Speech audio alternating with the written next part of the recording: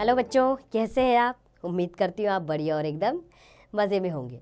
बच्चों, आज हम पढ़ेंगे मुहावरे और लोकोक्तियाँ क्या होती हैं। आइए चित्रों के माध्यम से समझ लेते हैं। अंग अंग ढीला होना यानी बहुत थक जाना। दूसरे चित्र में क्या कहा गया? आपे से बाहर होना यानी बहुत क्रोधित होना। तो बच्चों, जैसे आंखें खुलना, होश आना। वाक्य क्या है इसका? सच्चाई बताकर रमा ने सुनिधि की आंखें खोल दी। तो बच्चों, जब कोई शब्द समूह या वाक्यांश निरंतर प्रयोग में आने के कारण सामान्य अर्थ ना देकर विशेष अर्थ का बोध कराए तो उसे मुहावरा कहते हैं। आइए कुछ विशेष बातों को भी हम जान लेते हैं। मुहावरे पूरा वाक्य नहीं होते बल्कि वाक्यांश होते हैं। इनका प्रयोग स्वतंत्र रूप से नहीं होता, ये वाक्य के बीच में प्रयोग किए जाते हैं। मुहावरों का अर्थ साधारण नहीं अपितु सांकेतिक होता है। उदाहरण के लिए कुछ मुहावरे व उनका प्रयोग इस प्रकार है, इसे समझ लेते हैं। पहला है अपने मुंह मियाँ मिट्ठू बनना, यानी स्वयं की तारीफ करना। इसका वाक्य प्रयोग कैसे होगा? तुम्हारी अपने मुंह मियाँ मिट्ठू बनने की आदत के कारण ही कोई तुमसे बात नहीं करता। देखा कितना अच्छा इस वाक्य का प्रयोग हुआ। अगला है अक्ल पर पत्थर पड़ना। इसका अर्थ है बुद्धि भ्रष्ट हो जाना। वाक्य प्रयोग, क्या तुम्हारी अक्ल पर पत्थर पड़ गए थे जो उसके कहने पर तुमने झूठी गवाही दी? अगला है अंधे की लकड़ी यानी एकमात्र सहारा। इसका वाक्य प्रयोग है श्रवण अपने माता पिता के लिए अंधे की लकड़ी है। और चौथा अंगूठा दिखाना, साफ इनकार करना। वाक्य प्रयोग, जब मैंने आवश्यकता पड़ने पर 5 रुपए मांगे तो उसने अंगूठा दिखा दिया। आइए कुछ और वाक्य प्रयोग और उनके वाक्यों को भी हम जान लेते हैं। जैसे आकाश पाताल का अंतर होना यानी बहुत अधिक अंतर होना। इसका वाक्य प्रयोग कैसे होगा? निहाल और जीत सगे भाई हैं, फिर भी दोनों के स्वभाव में आकाश पाताल का अंतर है। अगला आसमान सिर पर उठाना यानी बहुत शोर करना। वाक्य प्रयोग, मैंने 2 मिनट कक्षा से बाहर क्या गया, तुमने तो आसमान ही सिर पर उठा लिया। अगला है ईंट से ईंट बजाना यानी पूरी तरह से नष्ट कर देना। वाक्य प्रयोग कैसे करेंगे? भारतीय सैनिकों ने विपक्षी सेना की ईंट से ईंट बजा दी। ईद का चांद होना यानी बहुत दिनों बाद दिखाई देना। वाक्य प्रयोग, सार्थक तुम इतने दिनों बाद मिले हो, कहाँ थे? बिल्कुल ईद का चांद हो गए हो। अगला है उंगली पर नचाना। इसका अर्थ है पूरी तरह वश में करना।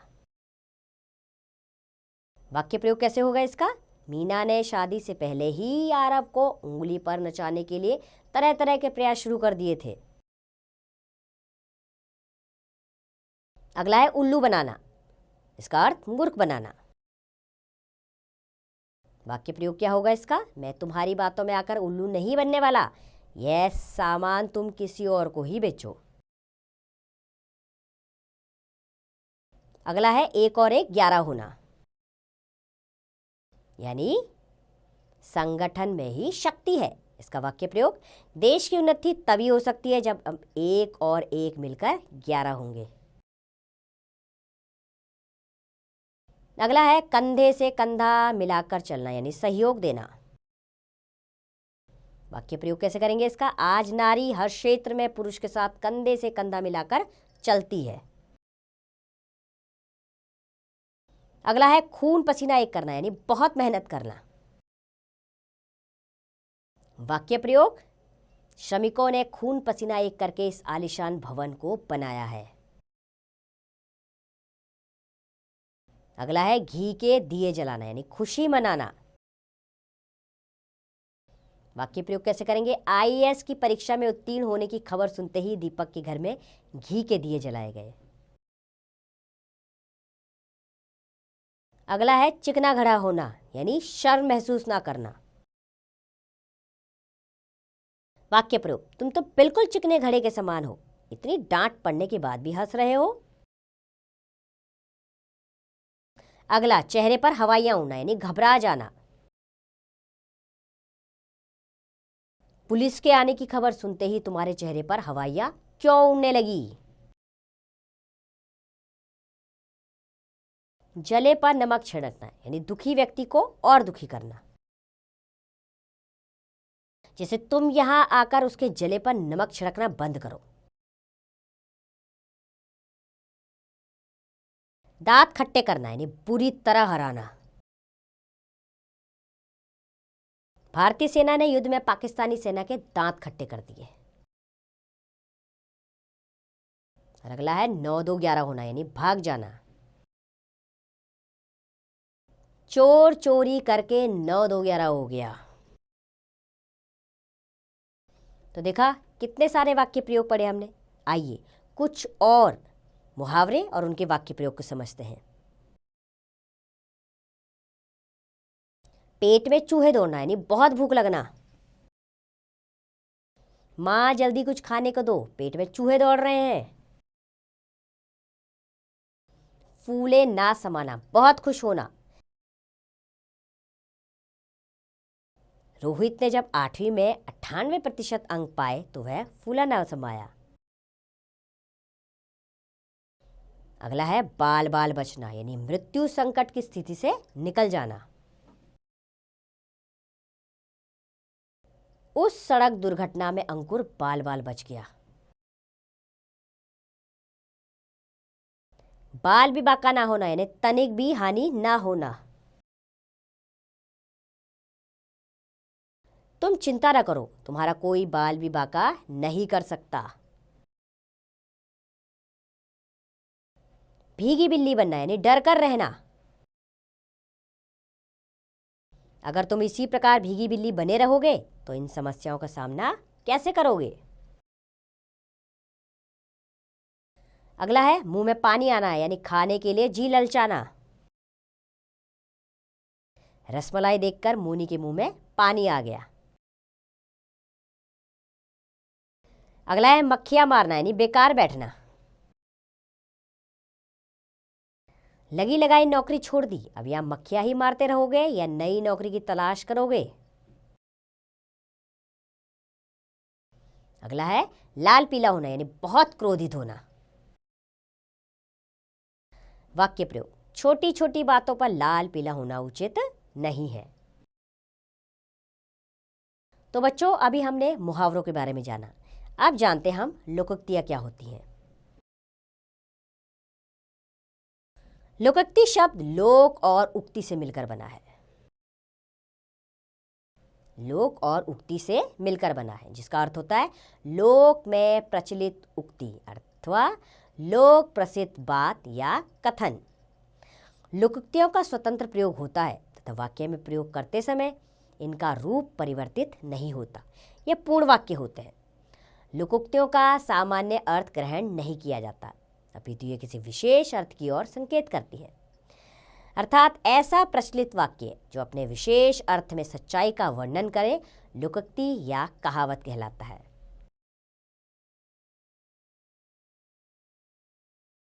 कुछ प्रचलित लोकोक्तियां व उनके वाक्य प्रयोग इस प्रकार है। पहला है अब पछताए होत क्या जब चिड़िया चुग गई खेत।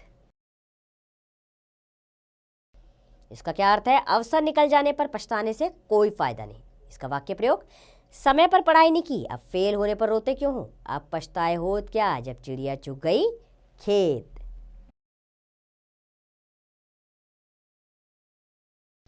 अगला है अंत भला सो सब भला, यानी परिणाम अच्छा हो तो कमियां भी छिप जाती हैं। अंकिता पहले तो बिल्कुल नहीं पढ़ती थी, लेकिन अंतिम दिनों में मेहनत करके उसने मेडिकल की परीक्षा पास कर ली। अंत भला तो सब भला। तो आइए बच्चों कुछ और लोकोक्तियों को जान लेते हैं। अंधों में काना राजा, यानी गुणहीन लोगों से थोड़े अधिक गुणवान व्यक्ति बहुत गुणवान माना जाता है। इसका वाक्य प्रयोग कैसे होगा? पूरे कस्बे में केवल गगनदास ही थोड़ा पढ़ा लिखा है, जिससे उसका अभिमान भी बढ़ गया है। किसी ने ठीक ही कहा है, अंधों में काना राजा। अगला, खोदा पहाड़ निकली चुईया, मेहनत अधिक पर लाभ कम। सचिन ने रुई के व्यापार में लाखों रुपए लगाए, परंतु मुनाफा हुआ केवल 10,000 रुपए। इसे ही तो कहते हैं खोदा पहाड़ और निकली चुईया। अगला है, खरबूजे को देखकर खरबूजा रंग बदलता है, अर्थात संगति का प्रभाव अवश्य पड़ता है। हाई स्कूल की बड़ी लड़कियों के साथ उठने बैठने के कारण नीति के चाल चलन व व्यवहार में परिवर्तन आ गया है। किसी ने सच ही कहा है, खरबूजे को देखकर खरबूजा रंग बदलता है।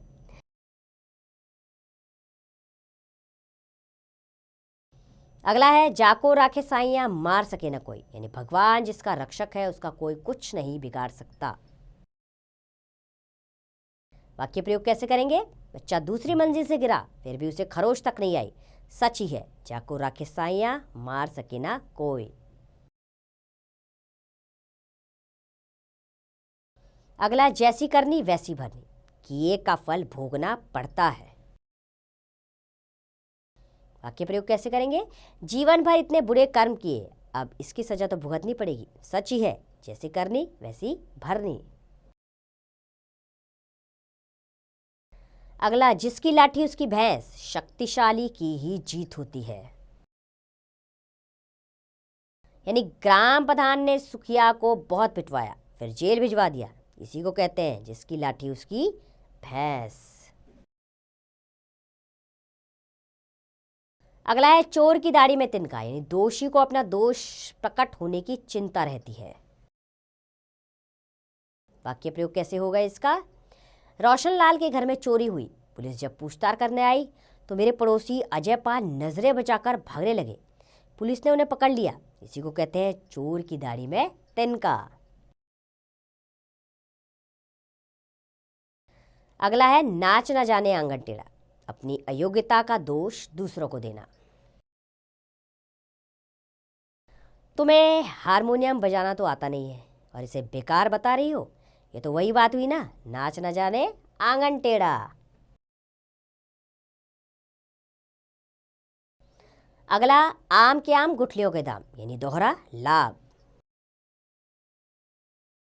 वाक्य प्रयोग कैसे होगा? मैंने जितने रुपयों में स्कूटर खरीदा था 2 साल चलाकर उसे उतने में ही बेच दिया। इसी को तो कहते हैं आम के आम गुठलियों के दाम।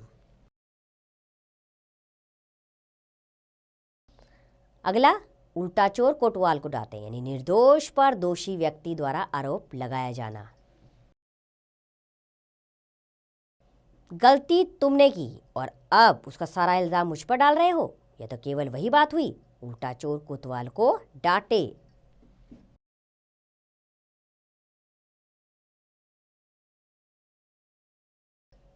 और अगला है, एक अनार 100 बिना, यानी वस्तुएं कम मांगने वाले अधिक।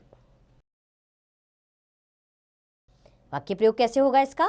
सरकारी नौकरी में सीटें तो कम होती हैं, परंतु आवेदन पत्र भरे जाते हैं लाखों में।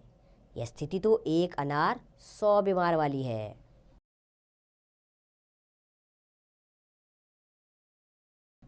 तो बच्चों, कितनी सारी लोकोक्तियां हमने पढ़ी। आइए कुछ और लोकोक्तियों को पढ़ लेते हैं हम। काला अक्षर भैंस बराबर, यानी बिल्कुल अनपढ़। यह किताब तुम दीपक को क्यों दिखाने जा रहे हो? उसके लिए तो काला अक्षर भैंस बराबर है। मान न मान मैं तो तेरा मेहमान, यानी जबरदस्ती पीछे पड़ना। मैं तुम्हें जानता तक नहीं और तुम हो कि मेरे पीछे पड़े हो, ये तो वही बात हुई, मान न मान मैं तेरा मेहमान। अगला है, लातों के भूत बातों से नहीं मानते, यानी दुष्ट व्यक्ति प्यार से नहीं मानते। बार बार पूछने पर भी वह सच नहीं बोल रहा, अभी पिटाई होगी तो सब बताएगा, क्योंकि लातों के भूत बातों से नहीं मानते।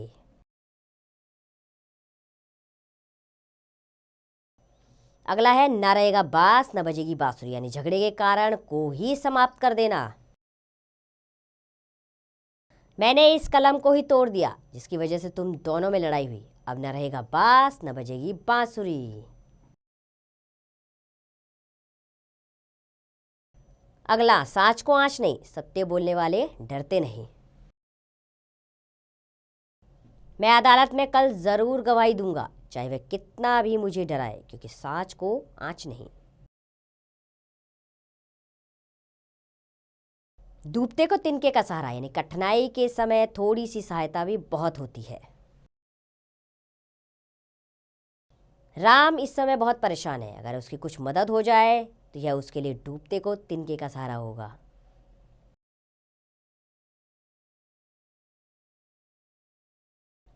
आ बैल मुझे मार, विपत्ति को स्वयं बुलाना। तुम स्वयं जाकर उस पहलवान को चुनौती दे आए, इसे ही तो कहते हैं आ बैल मुझे मार। घर का बेदी लंका ढाए, आपस की फूट से नाश होना। श्याम सुंदर समझ गए कि उनके भाई समर ने ही अपना मुंह खोल दिया होगा, तभी तो आज वे कहीं के नहीं रहे। सच ही है, घर का भेदी लंका ढाए। अगला है छोटी मुंह और बड़ी बात, अपनी योग्यता से बढ़कर बातें करना। तुमने एक दो कविताएं क्या लिख ली, तुम तो अपने को महादेवी वर्मा समझने लगी। यह तो छोटी मुंह और बड़ी बात जैसा हुआ।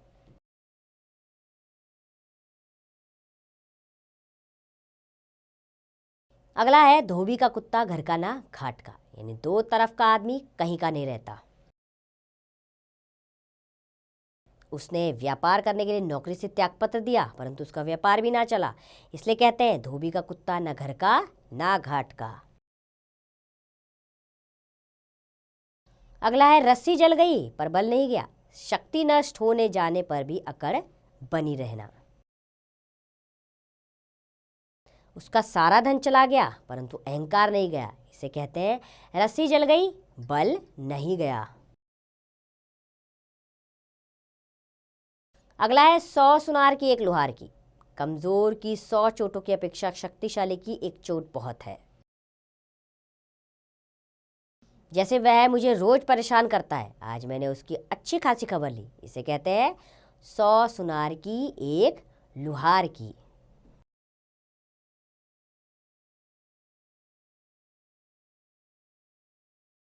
तो बच्चों कितने सारे मुहावरे लोकोक्ति पढ़े। आइए इस पाठ में हम कुछ और जानकारी ले लेते हैं। मुहावरे और लोकोक्ति में अंतर क्या है, इसे जान लेते हैं पहले। मुहावरा वाक्यांश है, इसका स्वतंत्र रूप से प्रयोग नहीं किया जा सकता, जबकि लोकोक्ति पूर्ण वाक्य है और इसका प्रयोग स्वतंत्र रूप से किया जा सकता है। लोकोक्ति का प्रयोग अधिकतर किसी घटना विशेष पर किया जाता है।